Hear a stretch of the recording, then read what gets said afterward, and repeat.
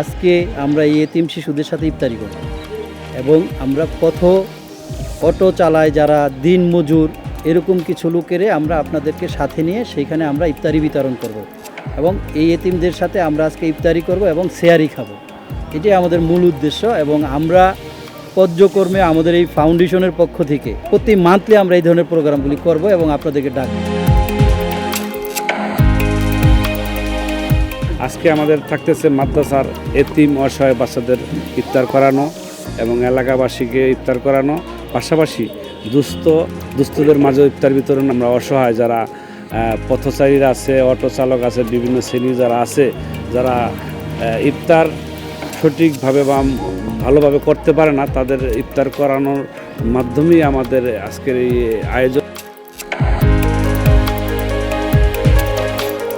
আজকে আমাদের এখানে তরমুজ থাকবে, খেজুর থাকবে, আপেল থাকবে, মালটা থাকবে, কলা থাকবে, তারপরে আপনার বুট থাকবে, পেঁয়াজু থাকবে, আলুর চপ থাকবে, জুস থাকবে এবং আমাদের এখানে বিরিয়ানির ব্যবস্থা করা হয়েছে। এবং এই এতিম বাচ্চারা সারাদিন রোজা রয়েছে, এদের জন্য যে ব্যবস্থাটা আছে আমাদের, সেটা হলো গরুর মাংস, একটা সবজি, ডাল সন্ধ্যার জন্য।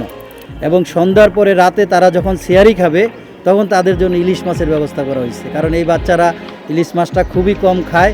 এবং আমরা যারা আছি যে এই ধরনের দাওয়াতের আয়োজন করে থাকি, তখনই তারা এই ধরনের খানাগুলি খাইতে পারে।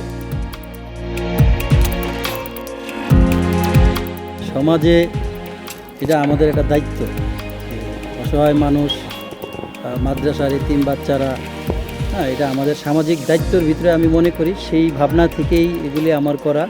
আমি সবসময় রমজান উপলক্ষে বা রমজান ছাড়াও আমরা সবসময় মাদ্রাসার এই কাজগুলি কন্টিনিউ করে থাকি। মাদ্রাসা এবং মাদ্রাসার বাহিরেও আমরা অনেক কিছু করি।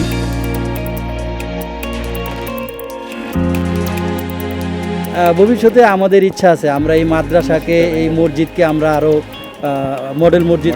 মডেল মসজিদ করব এবং মাদ্রাসা আরও কীভাবে মাদ্রাসার শিক্ষা ব্যবস্থা উন্নয়ন হয়।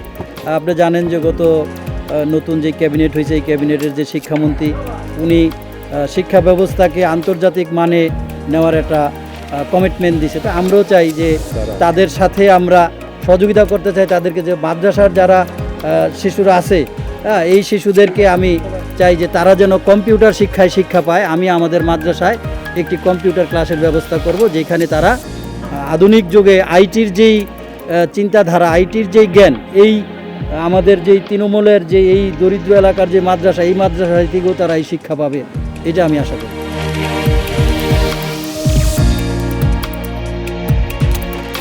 আমরা সারা বাংলাদেশ ব্যাপী এই কাজ করে থাকবো এই কারণেই যে আসলে কোনো কিছুই আপনার একটা জায়গার ভিতরে গণ্ডি না, পৃথিবীটাই আপনার ঘুরে, কিন্তু আপনি দেখবেন যে ওরকম আমরা ঘুরেই একটা রোটারেক্টরের মতো, হুইলের মতো বা একটা রিক্সার চাক্কার মতো ঘুরেই আমরা সারা বাংলাদেশ হয়ে আমরা এই কাজগুলি করব। আমাদের যারা প্রবাসী ভাই আছে, আমাদেরকে এখানে যারা ফান্ডেড করে, যারা আমাদের ভাই বেরাদার, আমাদের এলাকার বাইরেও যদি কেউ আমাদেরকে ফান্ডিং করতে চায়, আমরা অবশ্যই তাদেরকে অকপটে সাধুবাদ জানাই এবং আমরা গ্রহণ করব। তবে এই মুহূর্তে আমরা বাহিরের কোনো রকম কোনো অনুদান আমরা নিচ্ছি না। ভবিষ্যতে যদি আমাদের ফাউন্ডেশন বাহিরের কোনো অনুদান গ্রহণ করে, তাহলে এটা আমরা জানাই দেব। তখন আমরা মিডিয়ার মাধ্যমেই জানাবো যে আমরা আসলে এটা কীভাবে গ্রহণ করব।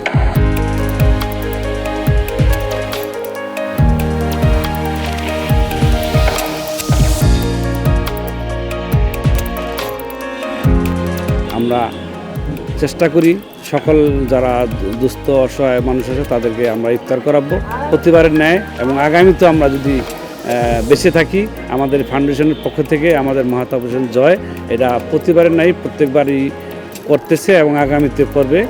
আমরা এটার উপরেই আমরা মূল জোরালো কাজ করতেছি।